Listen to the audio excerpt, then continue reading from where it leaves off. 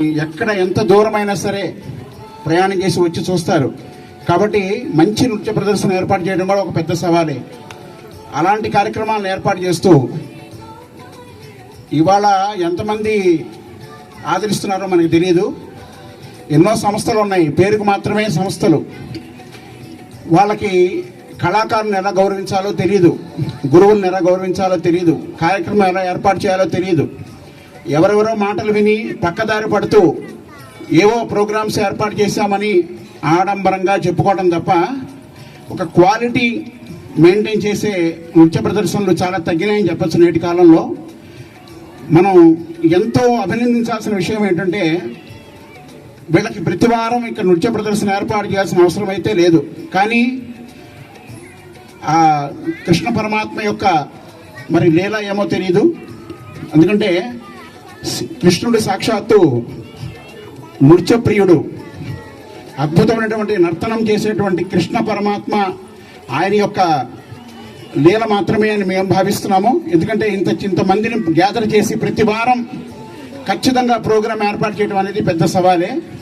అందుకని మనం ఈ ఇస్కాన్ టెంపుల్కి సంబంధించి ప్రతి ఒక్కరిని కూడా అభినందించి నమస్కారం చేయాల్సిందే.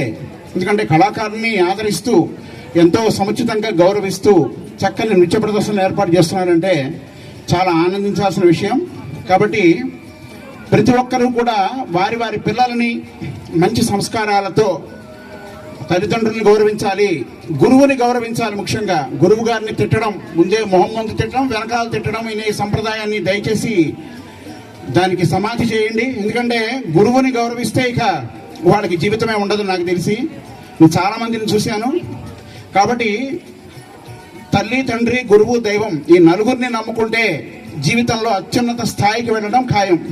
కాబట్టి ప్రతి ఒక్కరూ కూడా తల్లిదండ్రులు వారు మంచి సంస్కారాలతో చక్కని ప్రయాణం చేస్తూ పిల్లల్ని కూడా అభివృద్ధి పదంలోకి తీసుకెళ్లడం అనేది చాలా చాలా అవసరం. ఈనాటి ఇప్పుడు ఉన్న కాలం చాలా పాపపు కాలముగా ఉన్నది. అంటే ఎక్కడ చూద్దాం ఉన్న అరాచకాలు, అన్యాయాలు తప్ప ఒక సవ్యమైనటువంటి పద్ధతి ఎక్కడా కనపట్లేదు. ఇటువంటి క్లిష్టమైన పరిస్థితుల్లో పిల్లలని పెంచడం అనేది కూడా పెద్ద సవాల్.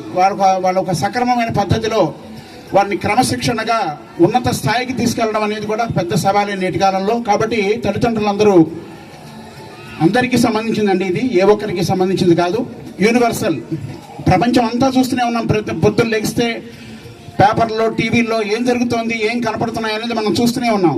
కాబట్టి అటువంటి వాటికి జోలికి పోకుండా మన పిల్లలు అభివృద్ధి పదంలోకి వెళ్ళాలి, గొప్ప స్థానంలోకి వెళ్ళాలి, తల్లిదండ్రులు గర్వించే స్థాయికి వెళ్ళాలి, పుట్టిన ఊరిని ఉన్నత స్థాయికి తీసుకెళ్ళాలి.